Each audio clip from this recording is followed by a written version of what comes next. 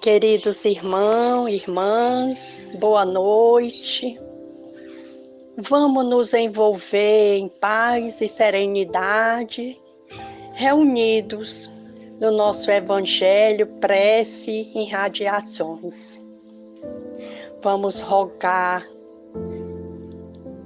a Jesus e aos benfeitores espirituais que nos reconforte, que nos ampare com suas mãos generosas, que a bondade divina nos fortaleça, semeando a paciência, que possamos ser instrumento de luz aos que têm dor no mundo, auxiliando os desanimados e amparando sem reclamar os irmãos que nos buscam com impulso de revolta. Que em qualquer dificuldade ou impedimento, não esqueçamos de usar um pouco mais de paciência, de amor, de renúncia e de boa vontade em favor do próprio bem-estar de todos os nossos irmãos e de nós mesmos. Vamos para a nossa prece. Eu escolhi do Evangelho, é o capítulo 8, o Cristo Consolador. Vamos ler. Deus consola os humildes e dá força aos aflitos que lhe pedem. Seu poder sobre a terra e por toda parte, ao lado de uma lágrima, coloca ele um bálsamo que consola. O devotamento e a abnegação são uma prece contínua e encerra um ensinamento profundo. A sabedoria humana reside nessas duas palavras. Possam todos os espíritos sofredores compreender essa verdade. Ao invés de reclamar contra as dores e os sofrimentos morais que são neste mundo o vosso quinhão, tomais, pois, por divisa essas duas palavras, devotamento e abnegação, e sereis fortes, porque elas resumem todos os deveres que vos impõem, a caridade e a humildade. O sentimento do dever profundo vos dará o repouso do espírito e a resignação.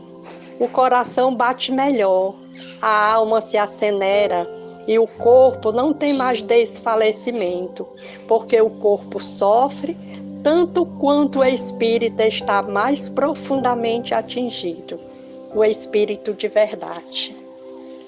Que esses ensinamentos que acabei de ler, meus irmãos, possamos refletir e possamos no nosso dia a dia ser o nosso companheiro, ser o nosso ensinamento com o nosso amado Mestre Jesus. Que Ele sempre nos ampare e nos conforte. Que assim seja.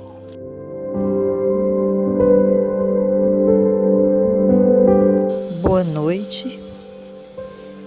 Capítulo 15 do Evangelho. Fora da caridade não há salvação. O mandamento maior, item 5. Caridade e humildade, tal o último caminho da salvação.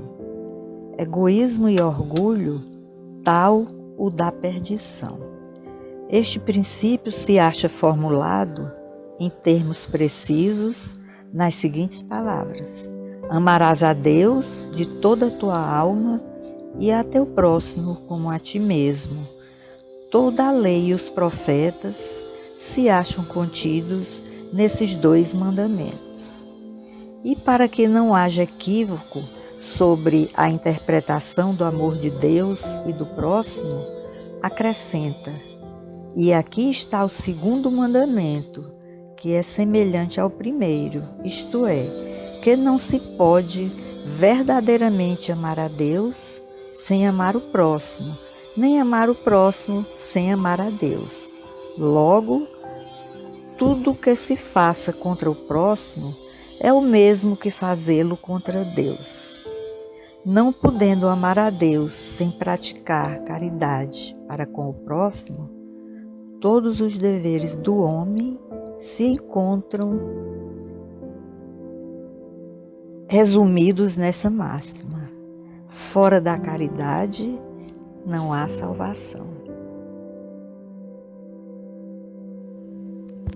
Bom, meus irmãos, mais um evangelho de muita luz nos nossos corações. E agora, compreendendo que caridade e humildade está o único caminho da salvação. Nosso irmão Kardec é claro e preciso quando diz que Jesus nos ensina que não podemos considerar a caridade como uma das condições para salvação, mas como única condição. Há um momento em que nosso irmão Paulo de Tarso é claro quando diz que fé, esperança e caridade são virtudes que fazem parte do progresso e maturidade espiritual, mas a mais importante é a caridade. Pela caridade verdadeira, amamos a Deus sobre todas as coisas e nesse amor, amamos o próximo como a nós mesmos. Devemos também entender que essas três virtudes são inseparáveis, mas além da caridade, há também a própria humildade. A caridade nos ensina, meus irmãos, o esquecimento de nós mesmos em favor do nosso próximo. E a humildade nos liberta das vaidades humanas, aproximando-nos de todos na condição de irmãos. Irmãos, pela prática da caridade, combatemos o egoísmo. Pelo exercício da humildade, libertamo-nos do orgulho. Não podemos deixar de considerar que a prática da caridade será até mesmo para com os inimigos, ou seja, amá-lo, perdoá-lo, desejando-lhe todo o bem que gostaríamos de receber, sem recusar oportunidades de reconciliação. Não podemos desistir nunca, irmãos, dessas oportunidades. E se houver relutância do próprio irmão rebelde, Deus que vê tudo e preside saberá reconhecer nosso esforço, o rigor com nós mesmos. Na obra O Evangelho por Emmanuel, comentários ao Evangelho segundo Mateus, de nosso irmão Chico Xavier, o próprio Espírito traz a seguinte reflexão: na execução da divina lei. Esclarece que devemos amar a Deus sobre todas as coisas, procurando-lhe o reino do amor em cuja edificação devemos contribuir. Auxiliemos ao próximo tanto quanto desejamos ser auxiliados. Cumpramos de boa vontade os deveres de cada dia. Honremos os familiares, amparando-os quanto nos seja possível. Procuremos não prejudicar a ninguém. Trabalhemos com alegria, servindo a todos em favor de nós mesmos.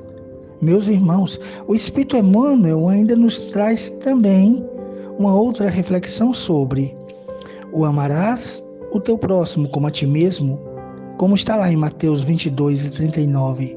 Chama-se regra áurea. Diz Emmanuel, muitos séculos antes de Jesus já era ensinada no mundo a regra áurea, trazida por embaixadores de sua sabedoria e misericórdia. Importa esclarecer, todavia, que semelhante princípio era transmitido com maior ou menor exemplificação de seus expositores. Diziam os gregos: não façais ao próximo o que não desejais receber dele. Declaravam os chineses: o que não desejais para vós, não façais a outrem.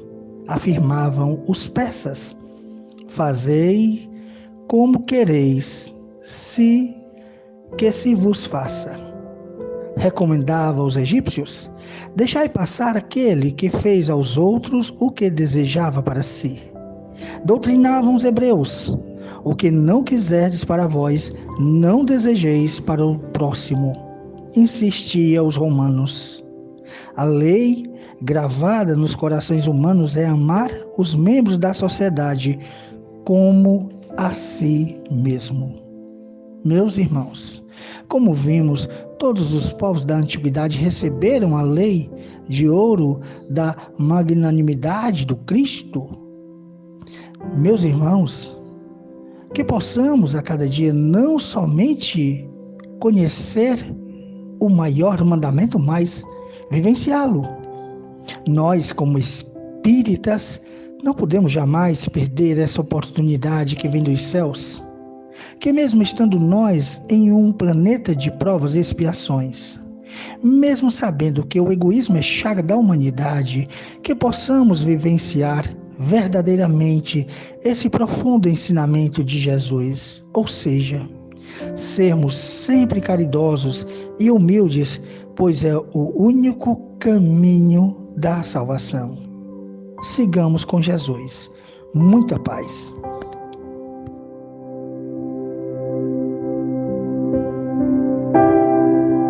Continuemos com a paz e as vibrações de luz, com comunhão de pensamentos, com a nossa fé animadora na mensagem de Jesus, de amor, que esses fluidos divinos e curadores nos console, nos aplicando abençoadas lições de amor, que renove nossas forças, nossos pensamentos no bem-estar, que Jesus fluidifique todas as águas do nosso planeta, das nossas casas e aos nossos corpos que estão aqui ao lado, que sejamos todos amparados e curados, em nome de Jesus, que assim seja.